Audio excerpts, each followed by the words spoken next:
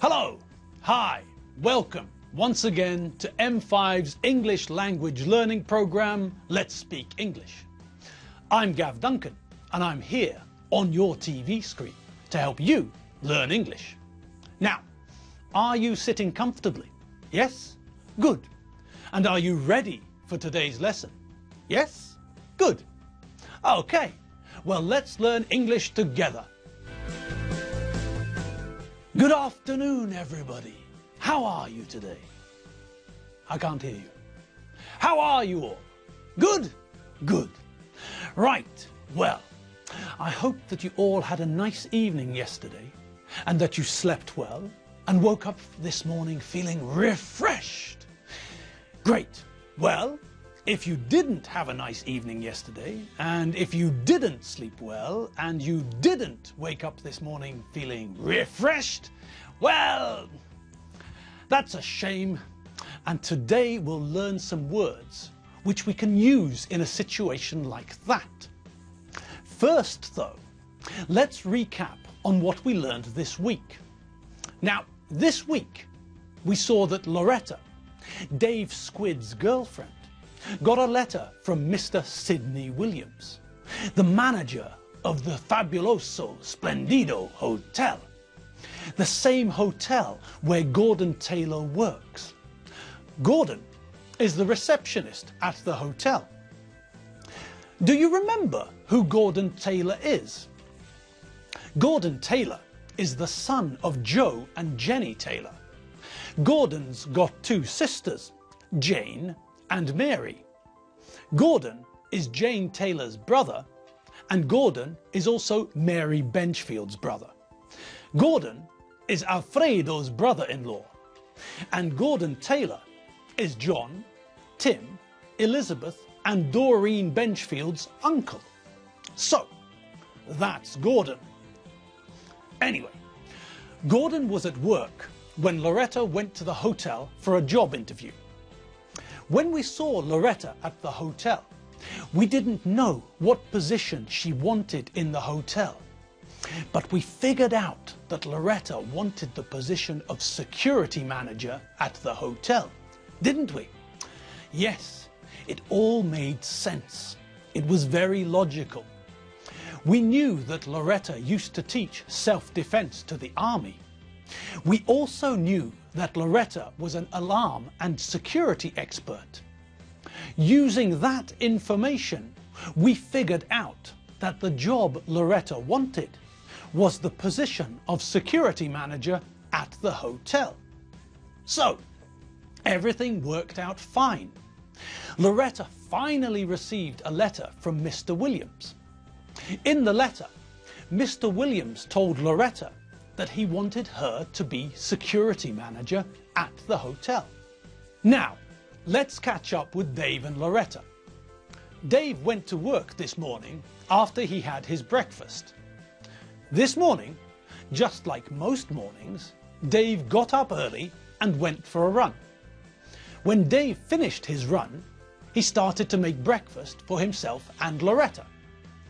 Loretta woke up later than Dave. Loretta had a shower and brushed her teeth. Then she went into the kitchen. Breakfast was ready, so Dave and Loretta ate breakfast together. After breakfast, Loretta did the washing up and Dave had a shower. Then Dave got dressed. Dave put on his uniform, kissed Loretta and left the flat to go to work. After Dave went to work, Loretta made another coffee and then sat down to phone the hotel. In his letter, Mr. Williams asked Loretta to contact his secretary. Mr. Williams wanted to talk to Loretta about the job of security manager. They need to talk about the details of Loretta's new job. Mr. Williams wants Loretta to speak to his secretary and discuss when Loretta is free to come to the hotel for another meeting with Mr. Williams. Loretta finished her coffee. She made an espresso macchiato, an espresso coffee with a little bit of milk froth on top. After her coffee, Loretta spoke to Mr. Sidney Williams's secretary on the phone. Hello, this is Loretta Sweat. I'd like to speak to Mr. Williams, please. Hello, Miss Sweat. This is Sharon, Mr. Williams' secretary. I'm sorry, but Mr. Williams isn't in the office at the moment. Can I take a message? Oh, hello, Sharon. I'm ringing to make an appointment to come in to discuss something with Mr. Williams. I wonder if you can help. Of course, Miss Sweat. Is this connected to your job interview? Yes, it is. Mr. Williams asked me to phone and make an appointment to see him. I see. Oh, by the way, congratulations on the job. Thanks. I didn't know that you knew about it. Oh yes, everyone at the hotel knows about it and we're all very happy for you. Well, thank you. Once again. Now, when can I meet Mr. Williams? I'm looking at his diary now, Miss Sweat. Mr. Williams is very busy this week. He'll be in Peterborough tomorrow for 2 days, and then when he comes back, he'll have a meeting with the hotel owner, Mr. Rolling Hard. That meeting will take all day. It always does. Mr. Williams does seem to be very busy, doesn't he? Yes, Miss Sweat, but next week looks more promising. I can see that Mr. Williams is free on Monday morning, and he'll also be free on Wednesday afternoon. He'll also be free all day on Thursday. Okay, let me think. I'll be busy on Monday and Thursday, but I'm free on Wednesday. What time shall we say? Well, Mr. Williams always has lunch from 12:30 p.m. until 1 p.m. So what about 1:30? Is that okay for you, Miss Sweat? 1:30?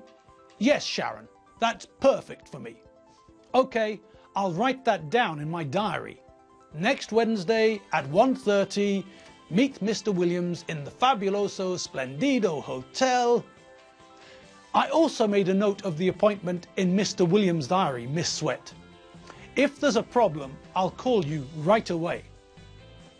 Thank you, Sharon. Oh, have you got my number? Hang on, Miss Sweat. I'll check. I've got a number here by your name. 01623 734 5213. Is that correct? Yes, that's my number. Thank you for your help, Sharon. I'll see you next Wednesday at 1:30. Thank you, Miss Sweat, and congratulations once again. See you on Wednesday. Bye. Well, that was a long phone conversation, wasn't it? So now we know that Mr. Williams is a very busy man. This week his diary's full, so Loretta can only meet him next week. Mr. Williams will be free on Monday in the morning, but Loretta is busy then. Mr. Williams will also be free on Wednesday afternoon, and he'll be free all day on Thursday. Loretta is free on Wednesday afternoon, so she'll meet Mr. Williams on Wednesday at 1:30. Alrighty, so far so groovy. Sharon checked that she's got Loretta's telephone number. If there's a problem, she'll phone Loretta to tell her. Great! So, next week, Loretta will go into the hotel on Wednesday afternoon to meet Mr. Williams, the manager of the hotel. They'll discuss her new job, her salary, the benefits that come with the job, and the responsibilities of the security manager at the Fabuloso Splendido Hotel. Okay, OJ, time for something a little bit different. We'll leave Loretta for now while we have a look at some comparative adjectives. Okay, I know you all remember. But let's just check quickly that we all know what a comparative adjective is. Okay, we all remember the verb to compare. When we compare things, we look at them to see what is similar and what is different about them. When we go to a shop, we often compare prices. This sparkling wine is 2,250 forints, and this one is 2,890 forints. The second bottle of sparkling wine is more expensive. The second bottle is more expensive than the first. So, do you remember? We make the comparative form of short adjectives, adjectives with one syllable, by adding er to the end of the adjective. Tall becomes taller. Short becomes shorter. Now, we also learned that if the adjective ends in vowel plus consonant, we double the last letter before adding er to the end. Big becomes bigger, for example. If the adjective ends in y, we replace the y with ier. Happy becomes happier. Now, we also know that if the adjective has 2 or 3 or 4 syllables, then we don't add anything to the end of the adjective, but we put more in front of it to make the comparative form. Expensive becomes more expensive, not expensiver. All right. Now, we also learned that we often use a comparative adjective with than to connect two subjects. I am taller than him. He is shorter than me. Now, here's another way of connecting two subjects. Not as. Let me give you an example. I'm taller than Muddy. Now, we know that we can say Muddy's shorter than I am, but we can also say Muddy's not as tall as me. Did you see what we did there? We made a comparison, but we used the adjective tall, not the comparative adjective taller. We made a comparison without the comparative adjective. Groovy. That's right. We said exactly the same thing, two different ways. This is expanding our English. We can say the same thing in two different ways. Fantastic.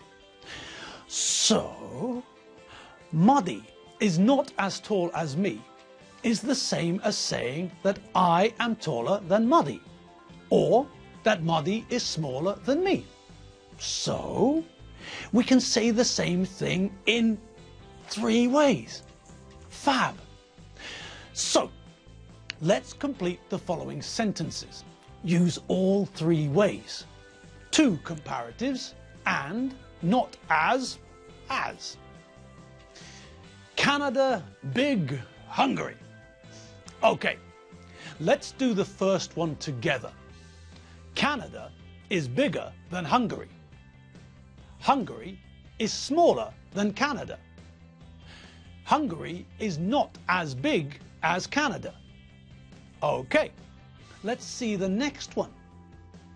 Paris, expensive, Budapest. Okay, what do you all think? That's right. Paris is more expensive than Budapest. Budapest is cheaper than Paris. Budapest is not as expensive as Paris. Okay, let's see the next one, please. Gav, old, Muddy. Gav is older than Muddy. Muddy is younger than Gav. Muddy is not as old as Gav. Excellent. Now, one more for luck. An irregular adjective, please. Nico Rosberg. Good. Lewis Hamilton. Okay. What do you think? Nico Rosberg is better than Lewis Hamilton. Lewis Hamilton is worse than Nico Rosberg. Lewis Hamilton is not as good as Nico Rosberg. Great, fantastic, brilliant. That last one was very tricky, wasn't it? Still, the gods of English like a challenge, don't they? Damn right they do. All right, well, that's the end of the lesson. Thanks for watching. I'm Gav Duncan, and this is the end of Let's Speak English. Don't forget to check out all the videos at www.m5tv.hu. That's where the vocabulary lists are too. Okay, I'm out of here like Vladimir. See you later. Bye.